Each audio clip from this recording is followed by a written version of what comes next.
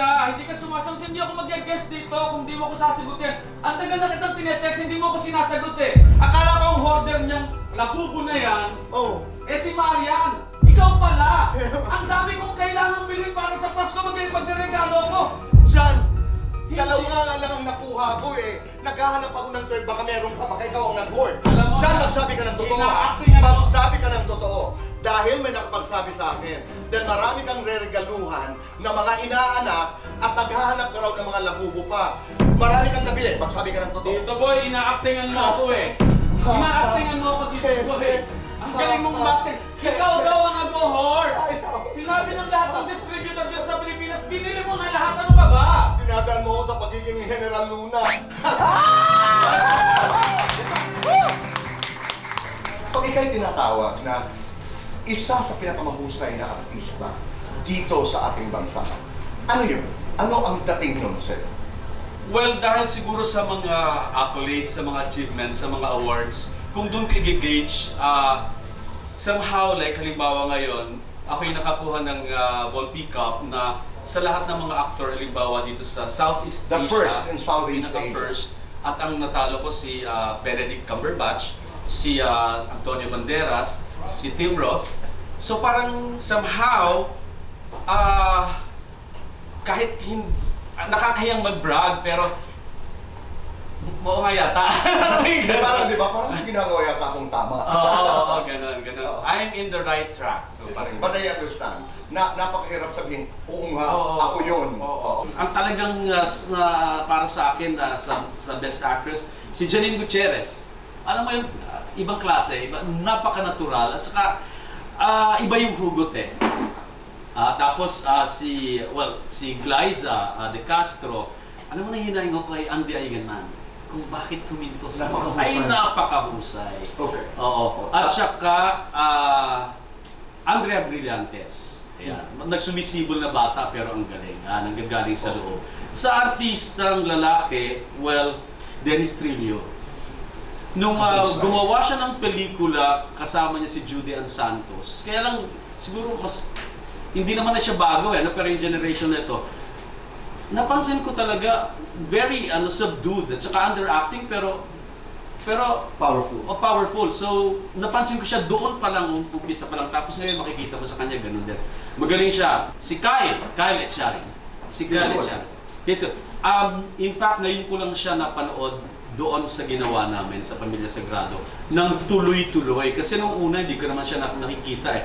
Nung mapanood ko ng tuloy-tuloy, dinala niya yung kwento. Ang magaling si Kyle Echari. Well, of course, si Ruru Madrid kasi is very committed.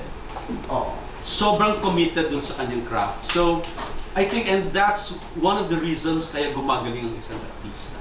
Sino pa ba? Actually, ang dami. Pero, in the meantime, yun muna yung pumasok sa akin. Lahat ng tao ay may karapatan na tumakbo sa politika at maging opisyal. Kaya artista ka o hindi ka artista. Ang tanong, bakit ka nandyan at pupunta sa politika? Para ba talaga maglingkod o para yumaman?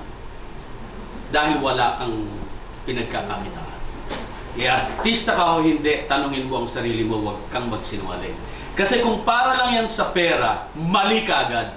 Kasi ang politika o ang pagiging opisyal ng bayan ay para maglingkod. Pag yumaman ka daw na nasa politika ka at nasa gobyerno, hindi ka naglilingkod. Maginoong medyo bastos.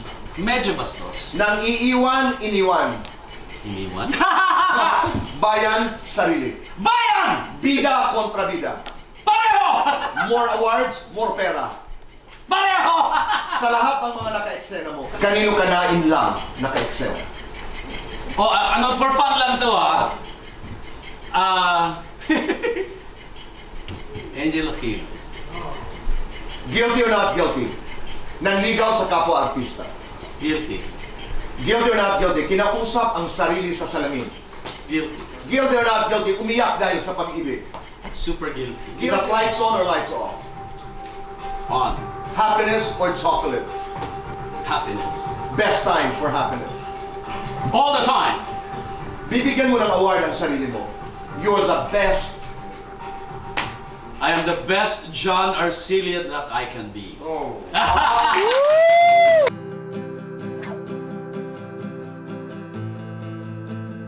Ang tanong ko kay Tito Boy, life is actually a journey.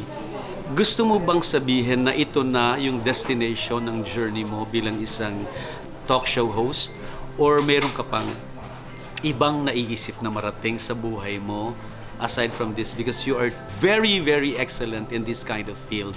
So ano naman ang naiisip mo pang, posible mo pang gawin? Or dito lang ba sa Pilipinas? Baka naman pwede ka pa bang maging isang Asian talk show host or international talk show host? Something like that, no? Nakakatuwa kasi sabi ko nga kanina, si Tito Boy ang isa sa naging inspirasyon ko dito sa industriya. Kasi nava-validate yung lahat ng ginagawa ko as an actor. Pag naririnig ko siya nagsasalita tungkol sa akin, sobrang nava-validate yung lahat ng ginagawa ko at lahat ng effort ko. Nakakatuwa.